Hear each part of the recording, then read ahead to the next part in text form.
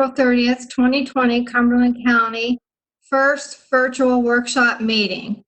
At this time, please join me in the Pledge of Allegiance by saying, I pledge of allegiance to the flag of the United States of America and to the republic for which it stands, one nation, under God, indivisible, with liberty and justice for all.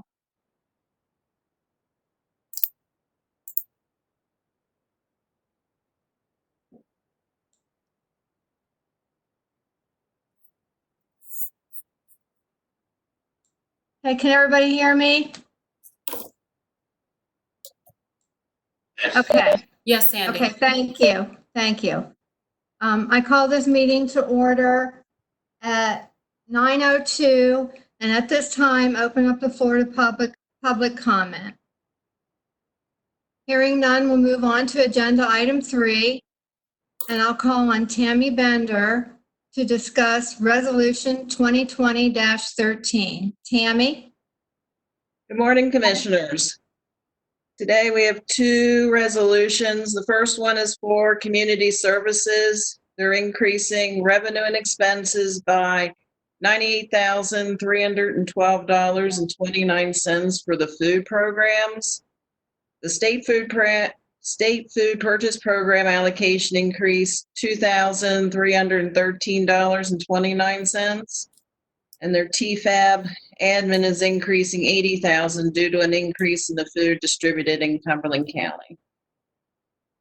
The second resolution is for the sinking fund. It's increasing revenue and expenses by $440,563.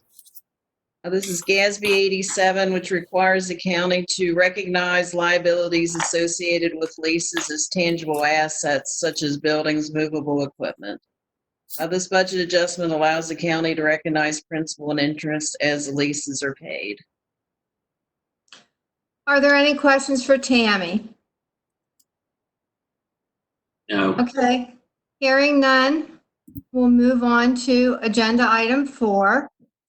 And Dana will discuss the 2020-2021 fiscal budget. Dana? Good morning, Commissioners and Sandy. We're requesting. Good morning. We're requesting to place the budget on view on Monday and for final approval on June 1st. It's a $57.5 million revenue and expense budget. 79% of those dollars are grant and 11.6% are subsidy. The major change from last year is Health Choices is no longer passing through Cumberland County, and that reduces our grants by about almost $52 million. Subsidy is increasing about $280,000, and the majority of that is children and youth. The FAC is going to be on May 27th. And do we have any questions? I have none. I don't have any, Dana.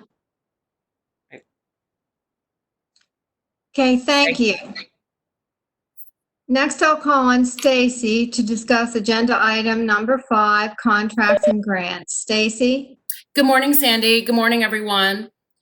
Agenda item 5.1A is an existing contract extension or addenda with no additional cost or increase to the county.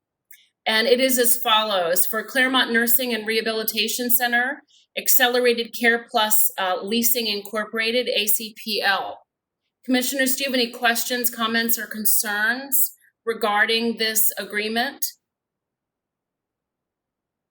Hearing none, we'll move on to agenda item 5.2, which consists of new contracts, vendors, services, grants, and contracts with increases or decreases to the county. And I'll call on Ryan Simon, who is joining us via WebEx, to discuss the agreement for drug and alcohol. Ryan?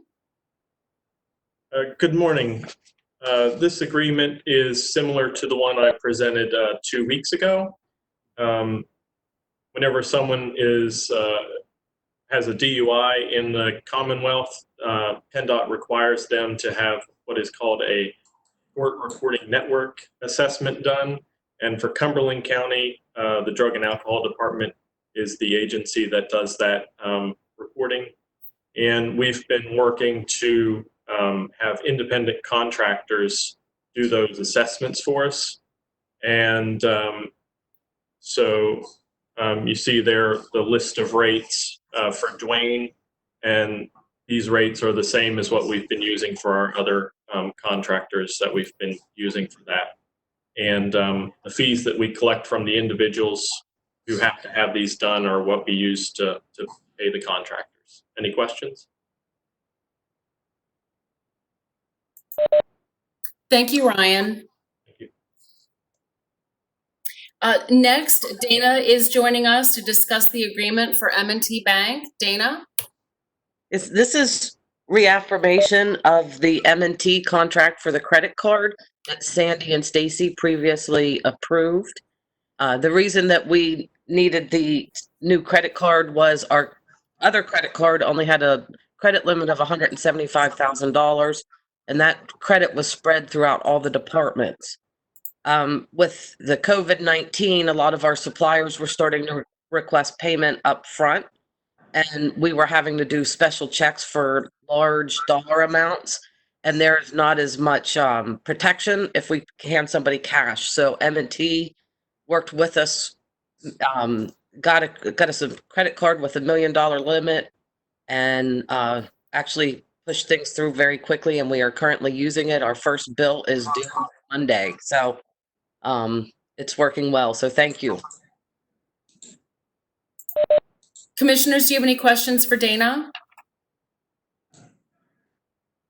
Thank you, Dana. Next, Annie Streit is with us to discuss an agreement for early intervention and also an agreement for mental health. Annie? Good morning, all. For our early intervention program, we're requesting an increase of $64,130 due to services that were authorized through Pelican, which is the state system that handles the early intervention authorizations. And predominantly, they provide evaluations, occupational and physical and speech therapy. Do you have any questions? Okay, then I'm going to move on to the mental health contract addition, and that's for case management services, which is an existing contract with Geisinger Holy Spirit. We're requesting an additional $62,215 to be added to their contract agreement. Any questions on that one? Okay, thank you all. Thank you, Annie. Sandy, those are all of the contracts. Thank you, Stacy. Next, we'll move on to agenda item 6. This is a recommendation by the Cumberland County Commission for Women to appoint Kelly Smith for a 3-year term effective April 9th, 2020 and expiring December 31st, 2022. Commissioners, you should have received all the prior information, Kelly's bio, her resume, and her application for the Commission for Women prior to this meeting. So at this time, I'd like to ask you if you have any additional questions regarding Kelly's recommendation for appointment. I have a question, Okay. Sandy, just a comment. I Yes. met Kelly in a Zoom meeting. She is a Pennsylvania State Trooper. She is very excited to join the commission and has some great ideas for things that she can do to assist. So I think she would be a wonderful addition. Thank you, Jean. Any other comments or questions? Okay, thank you. We'll move on to agenda item 7 and discuss the meals delivered to public safety by Christian Baker.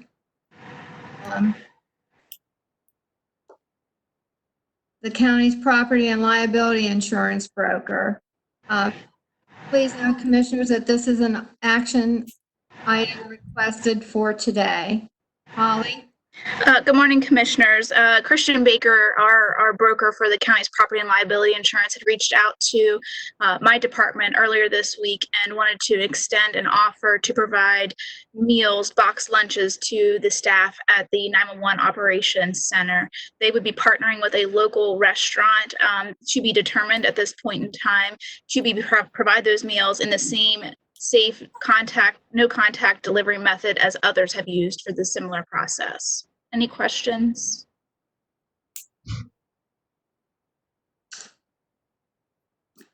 Okay, thank you, Holly. Agenda item 8 is a reaffirmation. Excuse me, one in action requested on item 7. Oh, yeah, I'm sorry. I'm sorry.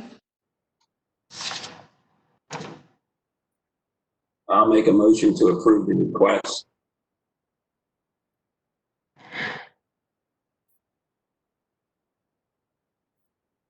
I think Gary's muted still and he's making a second. Hi, machine. Can you hear me now? Yes. Yes. Okay. All right. We have a motion. Do we have a second? I will offer a second. Any comments or questions before the vote?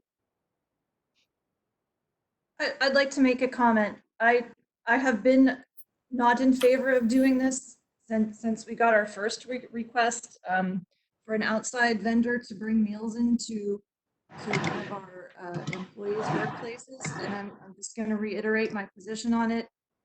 I'm not convinced it's safe. I'm not convinced that we're doing an okay thing by our employees, and it's not because I have a problem with the employees or I have a problem with Christian Baker or I have a problem with restaurants that are willing to do this.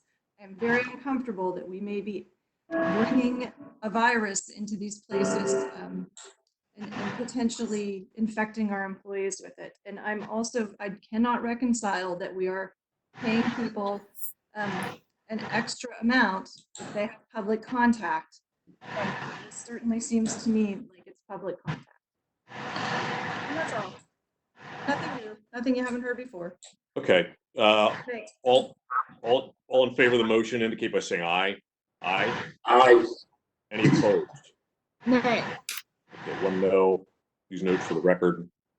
And the motion carries in the affirmative by a 2-to-1 vote. Thank you. Next item. Go ahead, Sandy. Thank you, Commissioners. Next, we'll move on to agenda item 8, and this is a motion to reaffirm the amendment to the county's 457B deferred compensation plan with ICMA RC to adopt the relief provisions under the CARES Act. This is an action requested item as well today, and if you have any additional questions before you make a vote, Holly is available to answer any questions. Yes, so this is in line with adopting the provisions of the CARES Act that would assist plan participants with potentially minimizing tax implications of fund hardship distributions and participant loans at this time. Any additional questions? If there's no other questions, I'll entertain a motion on this. Was that heard? I'll entertain a motion on this if there's no further questions. Yeah, I'll give the motion a roll. I just want to make sure that I understand exactly the way I need to word it. I'm just looking through the materials quickly. So I'm going to move that we go ahead and provide the coronavirus aid relief and economic security, the CARES Act provisions that are applicable to 457B, 401A, 401K, and 403B9 plans. And the piece of this that's important is that it provides relief for a qualified participant. Second. Okay, it's moved and seconded. Any further questions or comments? Not all in favor of the motion indicate by saying aye. Aye. Any opposed? Motion carries in the affirmative unanimously. Thank you. Thank you, Commissioners. Thank you, Commissioners. Thank you, Holly. Next, we'll move on to the Commissioners' liaison reports, and we'll begin with Commissioner Eichelberger. The only thing I'll add, of course, most of the meetings continue to be canceled. I have been in conversation, of course, with Jamie Keener over at CADIC, as we all have, and in regards specifically to some of the evolving business recovery efforts, that's going to continue for a while, and also in regards to our continued work on development of the strategic blueprint for CADIC, essentially its strategic plan for the next few years. That continues to make progress, and the Policy and Planning Committee continues to be very hands-on in addressing that right now. So we'll have more information on that as that evolves. And I really don't have any other reports at this point. Thank you, Commissioner Eichelberger. Commissioner Fauci. So I have three things this morning, and one is that I would like to remind everyone that the Cumberland County Library System has a wonderful online presence. You can head out to that website. There's lots of great activities and things to learn there. Two things have recently been brought to my attention, and one came in late last night, and it is the Farmers to Families Food Box Program with the Central Pennsylvania Food Bank. The food bank is seeking eligible farms, food producers, food processors, and other food industry businesses to participate in the program. This program will get food boxes to the counties in central Pennsylvania, and they are looking for, of course, local farmers that can provide produce, et cetera, for this program. I know Vince shared this last night with the Cumberland County Farm Bureau, and that over at Planning, Stephanie got this out to some of our Alliance members. So this is a great thing. If you go to the Central PA Food Bank website, you will find that information there. But the applications are due tomorrow if you are a farmer who wants to participate in this.